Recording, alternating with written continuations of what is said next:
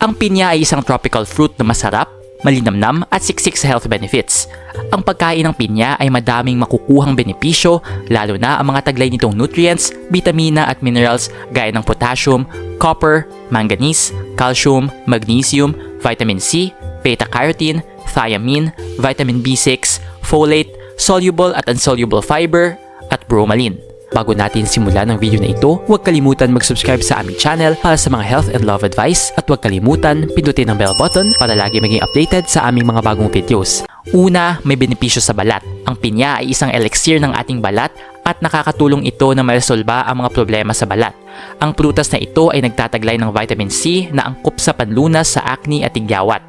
May taglay din na bromelain ang pinya na nakakapagpataas ng kapasidad na mapagaling ang balat sa pagkasira at nagpapalakas din ito ng collagen synthesis ng katawan. Pangalawa, hair benefits. Ang pagkain ng pinya ay nakakaiwas sa panlagas ng buhok o hair loss dahil ito sa taglay na vitamin C. Ang vitamin C ay isang antioxidant na tumutulong na maalis ang free radicals na nagdudulot ng pagkasira sa mga tissue sa katawan. Ang pag-a-apply naman ng dinurog na pinya o pineapple juice sa anit ay nakakabawas ng pangangati ng anit. Pangatlo, panlunas sa arthritis o rheuma.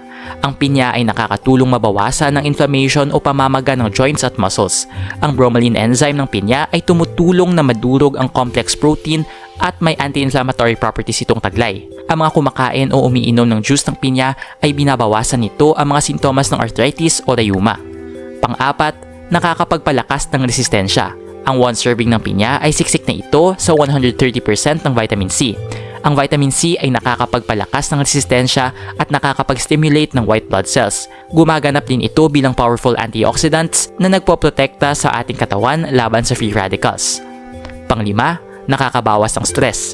Ang pinya ay may taglay na ilang B vitamin na nakakapag-enhance ng brain function at nag-i-improve ng kapasidad na harapin o labanan ng stress. Pang-anim, nakakapagpabilis ng pagaling ng sugat.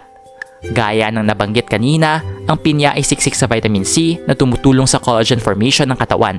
Ang vitamin C ay isang healing agent dahil sa collagen na substantial protein na base sa blood vessels wall, skin, organs at buto. Pang-pito, nakakatulong sa pagbabawas ng timbang. Ang pineapple juice ay nakakatulong sa pagbawas ng timbang dahil ito ay may mataas na fiber content, mababa sa calories at mataas din ang water content nito. Pang-walo, nakakaiwas ng cancer. Ang pinya ay mayaman sa antioxidants gaya ng vitamin A, beta-carotene, bromelain, ilang flavonoid compounds at mataas na level ng manganese. Ito'y nakakatulong upang maiwasan ng mouth, throat at breast cancer, lalo na may mataas na level ito ng manganese na tumutulong labanan ng cancer. Pang-siyam, nakakabuti sa digestion. Ang regular na pagkain ng pinya sa inyong diet ay makakaprotekta sa ilang kondisyon gaya ng constipation, diarrhea, irritable bowel syndrome, atherosclerosis, at blood clotting.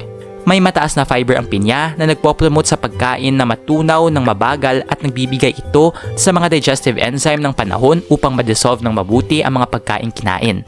Pang-sampo, panlunas sa ubo at sipon. Ang vitamin C ng pinya ay nakakapagpalakas ng resistensya gaya ng nabanggit kanina. Ang bromelain nito ay nakakatulong mabawasan ang plema at pamumuo ng mucus sa ating sinus cavities at respiratory tract. Ang vitamin C at bromelain ay nagtutulungan na maiwasan ang respiratory disease gaya ng ubo at sipon. Nag-enjoy ka ba sa video ito? Please hit the like button and subscribe sa aming channel para sa iba pang video tulad nito. Salamat sa panonood!